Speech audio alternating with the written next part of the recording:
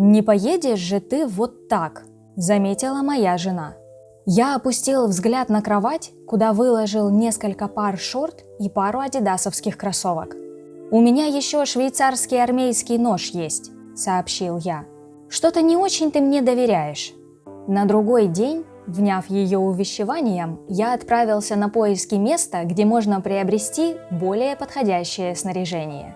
Друзья направили меня в один из крупных манхэттенских магазинов, который обслуживает все растущее число любителей походов, внедорожных мотоциклов и экстремальных видов спорта, а также лихих пейнтбольных рубак по выходным. Магазин был размером почти с заводской склад. Я шагнул внутрь, и у меня закружилась голова. С потолков и стен свешивались каяки банановой окраски, розовато-лиловые горные велосипеды и сияющие неоном сноуборды. Целые прилавки были отведены под репелленты против насекомых, сублимированные продукты, мази для губ и кремы от загара.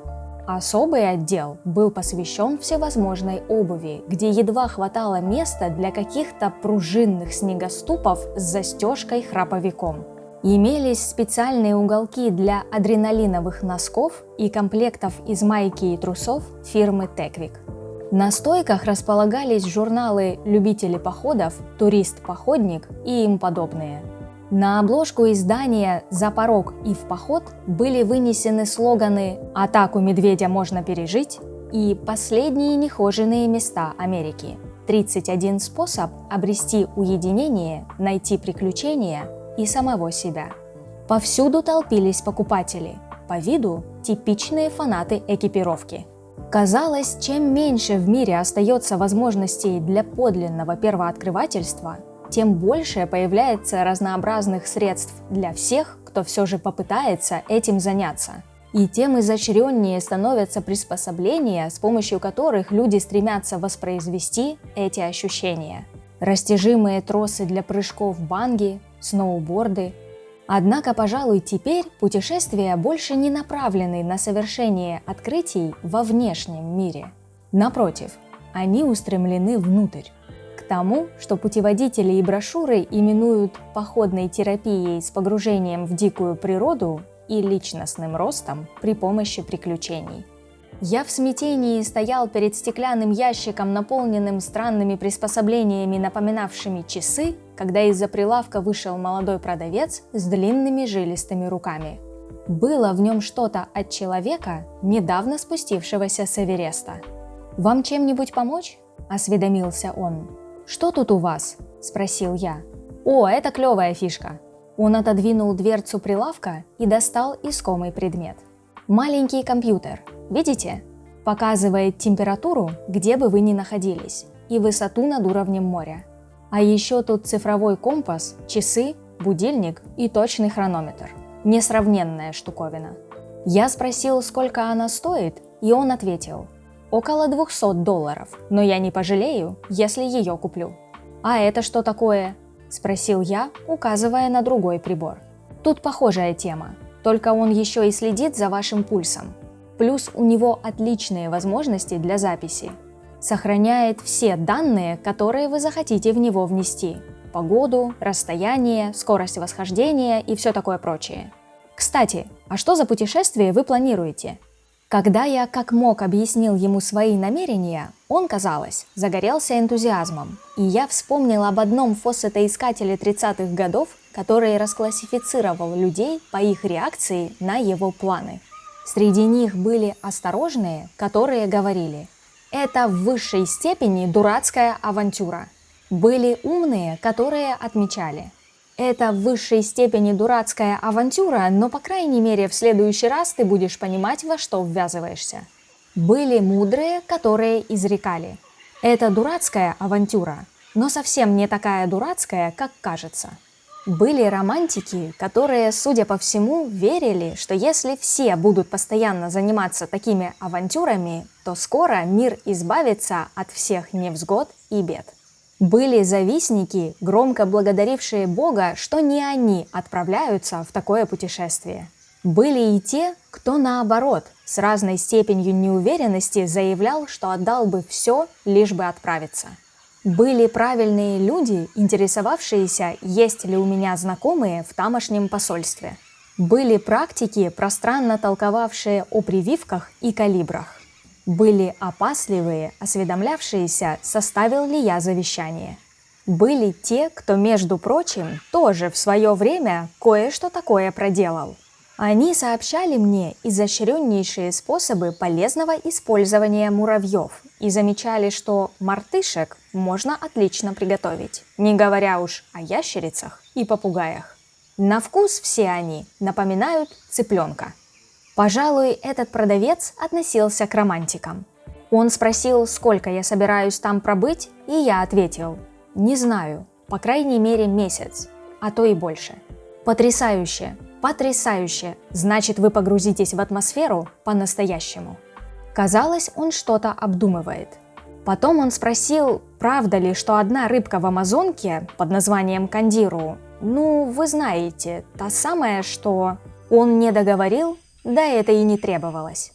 Мне доводилось читать об этом почти прозрачном, похожем на зубочистку существе в неоконченном путешествии. Их опасаются больше, чем пираний. Это одно из немногих животных на Земле, питающихся исключительно кровью. Его называют также бразильской рыбкой-вампиром.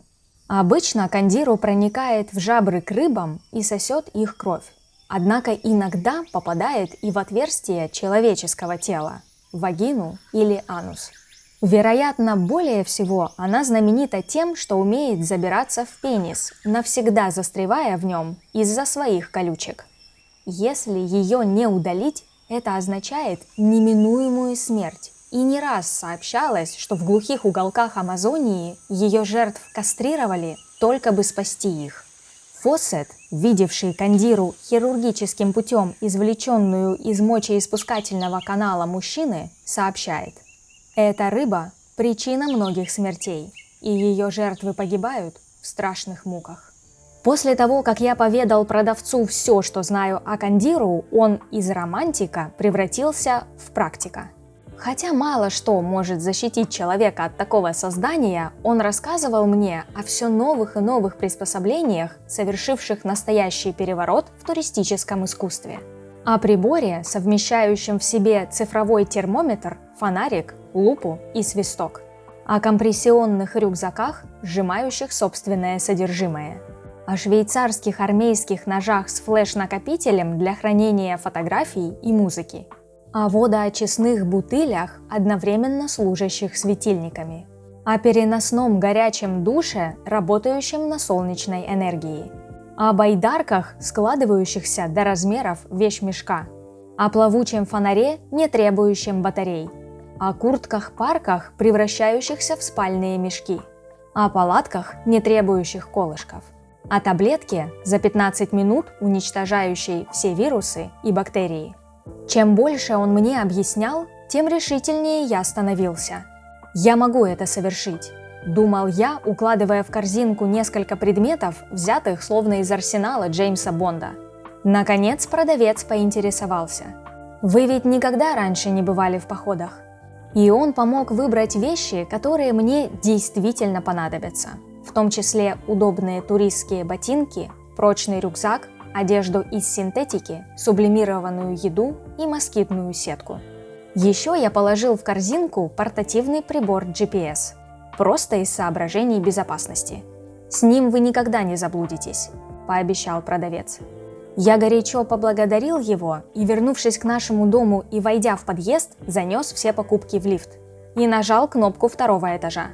Но не успели дверцы сомкнуться, я зажал их рукой, вылез и, таща все в руках, отправился к себе по лестнице.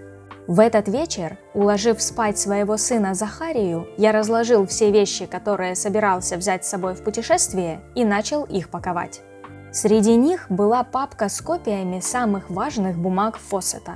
Просматривая ее, я задержался на письме, где подробно говорилось о чем-то, по словам Брайана Фосетта, настолько секретном-пресекретном, что его отец никогда не говорил о целях этого предприятия с кем бы то ни было. Как явствовало из письма, в 1901 году, после того, как ему вручили диплом общества, Фосетт получил первое задание от британского правительства. Он должен был отправиться в Марокко, но не как путешественник, а как шпион.